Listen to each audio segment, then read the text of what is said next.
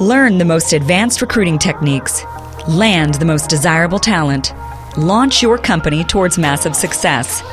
This is the Higher Power Radio Show with Rick Girard. Congratulations! You just closed your first round of funding. Now what? So to scale, you better have a plan, a structure, and commitments for who's on board. Today's quote, if you're trying to create a company, it's like baking a cake. You have to have all the ingredients in the right proportion. Any idea who said that, Miss Nicole Washington? Let me take a guess. No, I better let you handle it. SpaceX. There you go. Elon Musk. I'm Rick Girard, and welcome to the Higher Power Radio Show. Our mission is to provide proven tactical solutions to solve your company's toughest hiring challenges. We share insights from top-performing business leaders and industry experts like our guest today, Nicole Washington. Nicole is the Director of Innovation and Growth for Octane. In her role at Octane, she focuses on engaging with strategic partners to accelerate growth of early-stage ventures and small to medium-sized businesses throughout the entire Southern California ecosystem. She currently serves as chair of the academic committee and trustee board of education for Samueli Academy. Did I pronounce that right? Samueli, yes. Samueli. I knew I was going to mess that one up. A STEM high school that delivers state-of-the-art education to a large population of underrepresented youth. Nicole is also a member of the Ohio Tech Angel Fund. And here's a fun fact. They're the second largest angel investor network in the United States. Did not know that. That's right. So she served as the due diligence team technology lead for several years, which makes her a perfect expert for today's topic. Nicole, welcome to the Higher Power Radio Show today. Thank you for having me. Absolutely. So we're going to cover a few things. We're going to cover the importance of having a structured plan, sticking with the plan, and then laying out kind of those structural elements for our listeners. All right, so let's start with the plan. Like, where do we start? So I think when you get that first round of funding or second in some cases, the one thing you want to do is have a goal. You know, what's the goal for the company?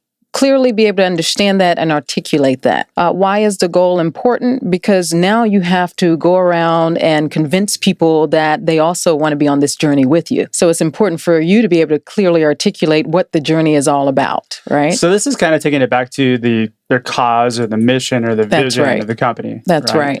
So I think that's the most important place to start, right? So let's start there. Yeah. Do investors really look at, I know they look at kind of the financials and the other things, but did they really dig into the cause, the mission, or the vision? Well, it just depends. It depends on the investor you have. And that goes back to be careful of the money you get because, you know, you want it smart money or you want the money aligned with your vision as well. Yeah. But the vision and the mission is more important for you and you assembling a team, right? And then also, if you're trying to go for more funding, sometimes investors look at who's on your team. A lot of times, I mean, that's mostly what they look at. Absolutely. Yeah. And so sometimes your team may be a little immature at first. And so you have to be able to plot out how you're going to mature that team or bring more people on to make it look more mature as you continue to spend that money. I had another friend who was in here who's an investor, and he said, I always invest in the jockeys, not the horse. Yeah, that happens. All right. So now, in order to attract those people, though, you have to have a clear vision. Right, you do. I mean, with today's market, it's changed. People aren't going to just jump on. Well, yeah. Especially if you don't have the money. In most cases, the good people won't. So you have to figure out what vision you want to relay in order to get the people that you want. So some people are going to go for the money, right? So your clear vision may be, I'm going to make a boatload of money. Do you want to join me? Some people will do that given the right, circumstances. But if you want to have people with the right expertise, with the right passion in that area, then you want to be able to articulate that vision so that it resonates with that person's passion. So I never see the money people work out that well. I mean, maybe if it's a salesperson, but for the most part, if somebody's really going into it just purely for the money, do you ever see it work out?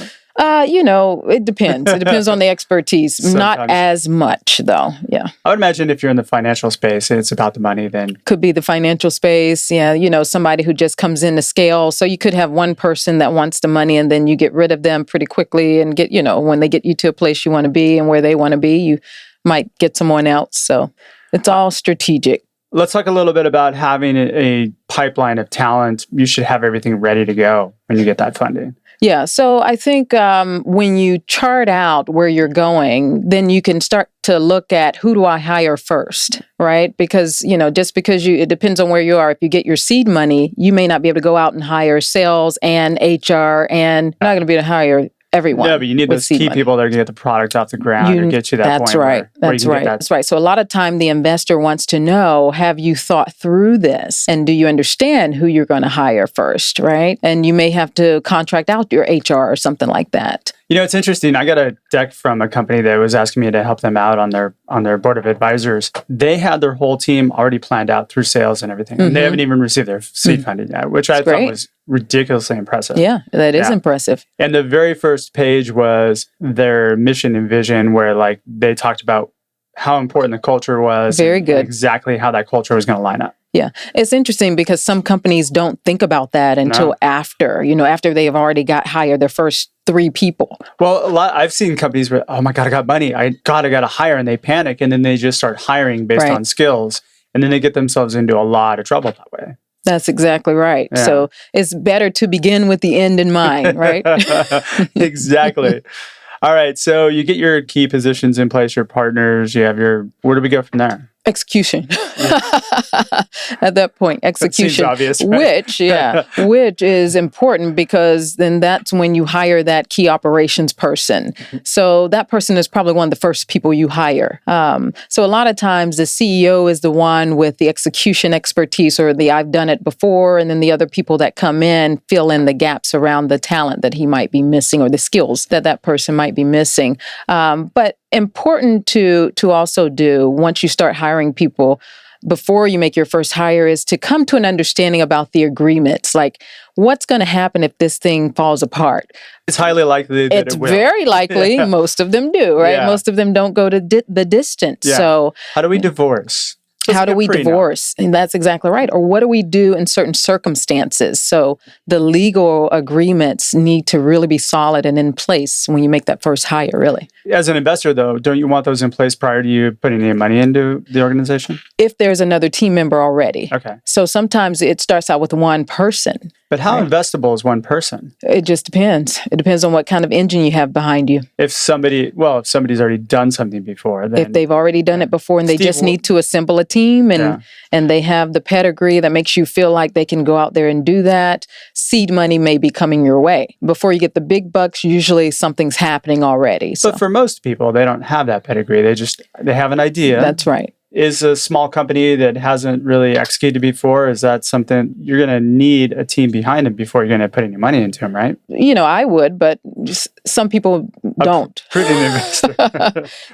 There's this thing called Silicon Valley where you hear the rumors of people going and, having a sheet of paper. It's gotten tougher up there, though. I think it has. Yeah. People are getting smarter with their money or more conservative with their money in some way, I think, to promote innovation. I agree with that. What are the no-nos that they shouldn't be doing? Well, I think you shouldn't be starting a company and bringing on people without those agreements. And you would be amazed at how much, people do that. They don't have these agreements in place because they're just thinking about, I have this idea and this is what I need to get the idea done. I need a coder.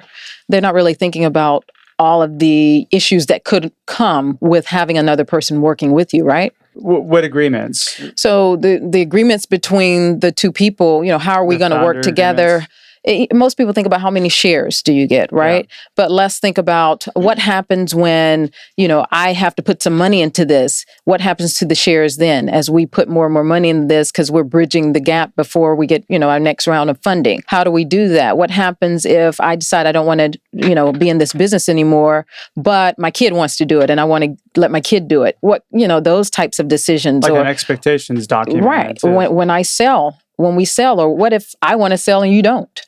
All of those things are very, very important when you look at hiring. And what's interesting is those are the things that at the end of a relationship, if they're not discussed up front, create a lot of animosity. A lot of issues. And that's what shareholders do not like because that ties up money, right? Right. Or you can't operate because somebody's upset. So, the operations plan is not going forth. Entrepreneurs and business leaders understand that when you do get funding, it takes time to ramp up that team. It does. Even if you have people on board, you're still going to have people that are going to fall out that aren't going to have it. So you should be building an active pipeline of people that you have queued ready to hire a second and third seat. Yes. So you're not just relying upon just one person. For sure. Yeah. So you have to continue networking. Having a backup plan. If we can't get candidate A, we've got B and C that are both just as good and they fit into the culture, and here's why we should make a case for them.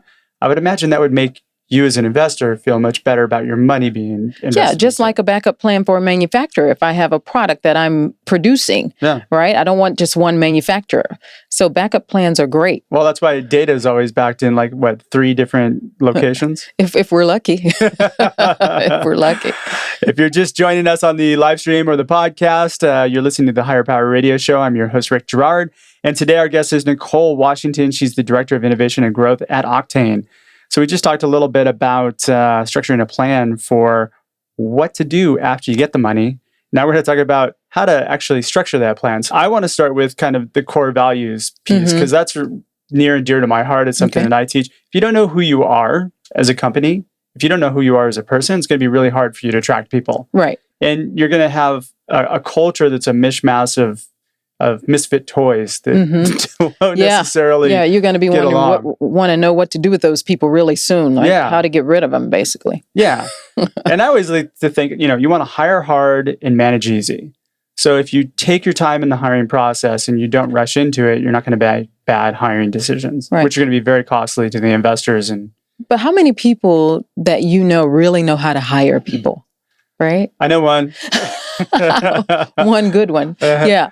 So most people, they need this education of how do I hire? What do I look for? Because as we know, they're just going to be looking for someone who can code in Python or PHP or, That's kind of how the show sprung up. It's more of a mission of, okay, look at your culture first and then hire for transferable skills.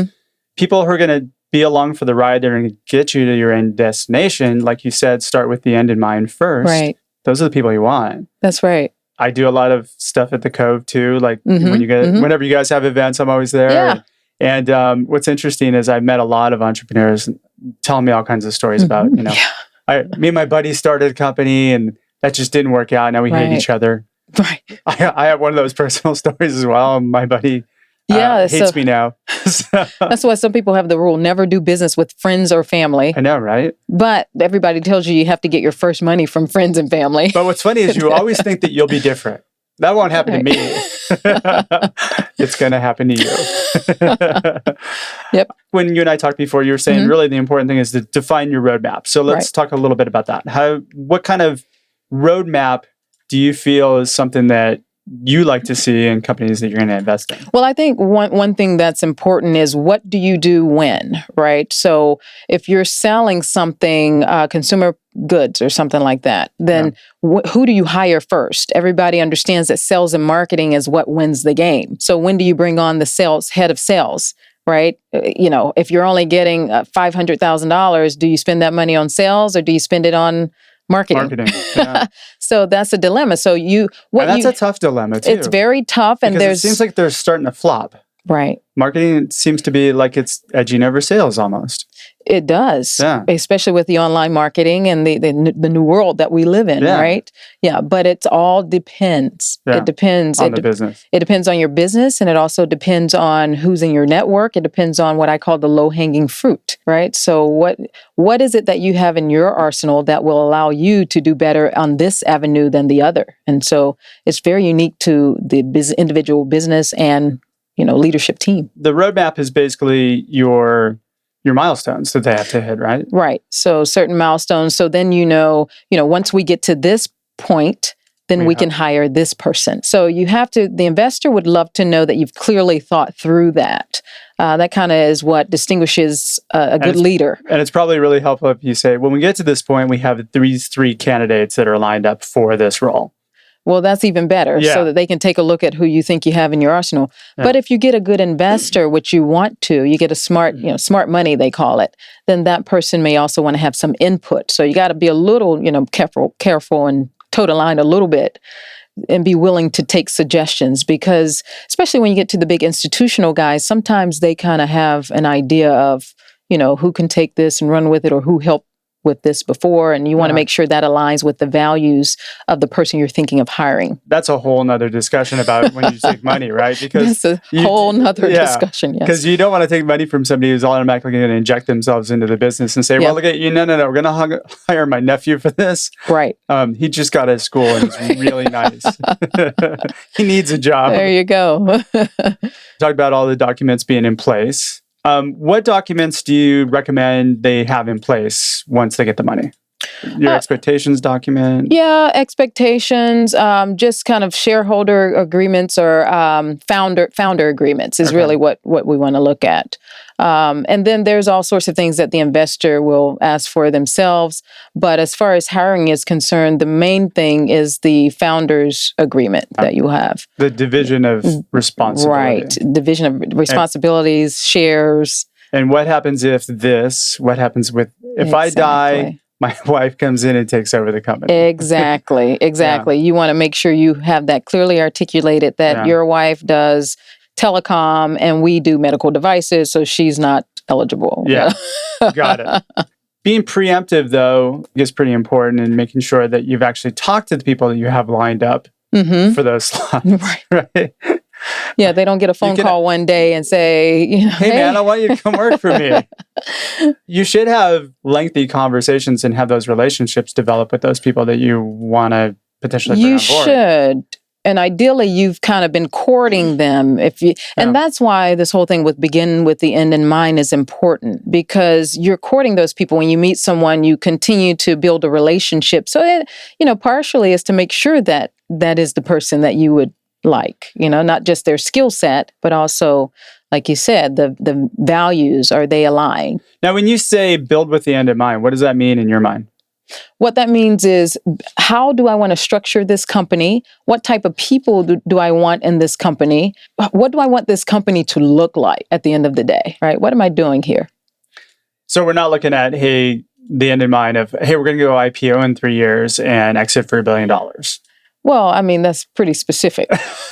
Let's try build a great company, and then that will come out, as they say. Right? I like that idea much better than, we're going to be the biggest mobile app in the world. Yeah, that's a little non-specific. Yeah, exactly. So there is, it's a mix between the two. And, some investors, they don't want to see you focused on selling, becoming a unicorn. Some do. So it really, when I say it depends, I'm not just not answering the question. It really does depend on your investor mix and what you're trying to do. Okay, so we get our key people, which we got identified. Now we got to build. Maybe we need some engineers. Maybe we need something else. That should be planned out too, by the way, where you're going to go. Right. But you should start developing relationships in those arenas too, way prior to getting the money. So one of the things we suggest, really important to remember, is that innovation happens on a university campus. Yes. There's some other places too, but that's a prime location for innovation. And these days, luckily, a lot of engineers would love to go start a company. Oh, yeah. Or be in the mix somehow. It's the cool thing to do. Oh, yeah. It's what all the cool kids are doing. Exactly. Be careful.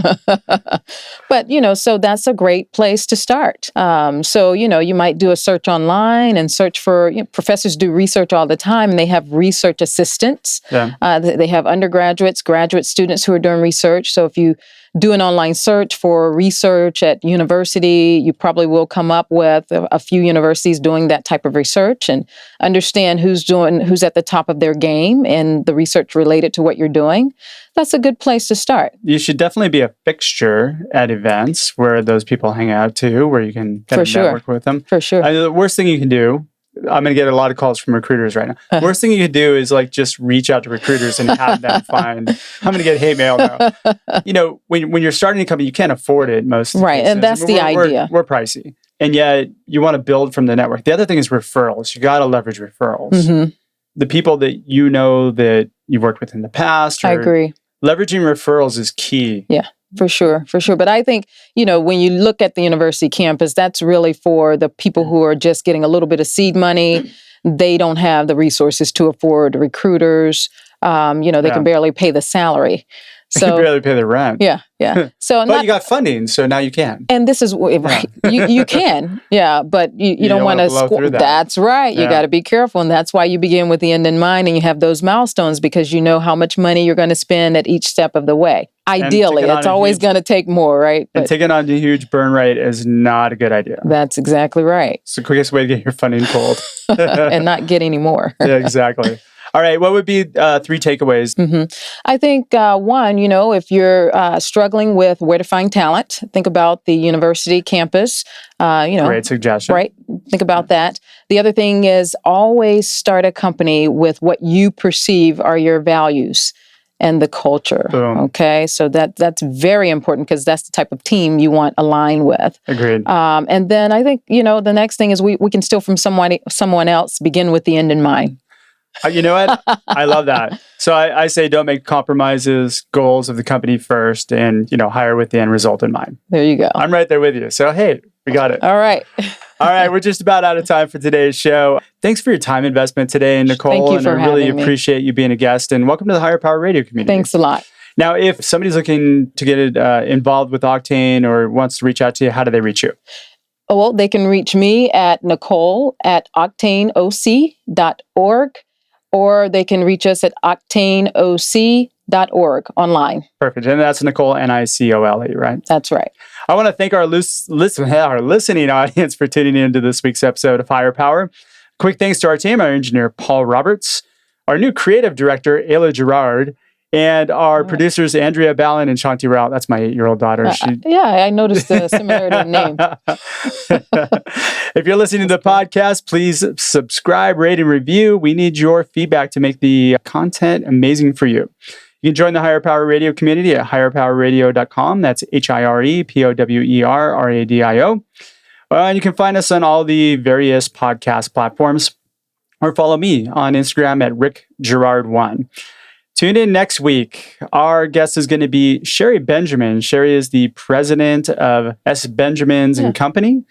I'm your host, Rick Gerard, and you have been listening to the Higher Power Radio Show. Aloha. Thank you for listening to Higher Power with Rick Gerard on OC Talk Radio.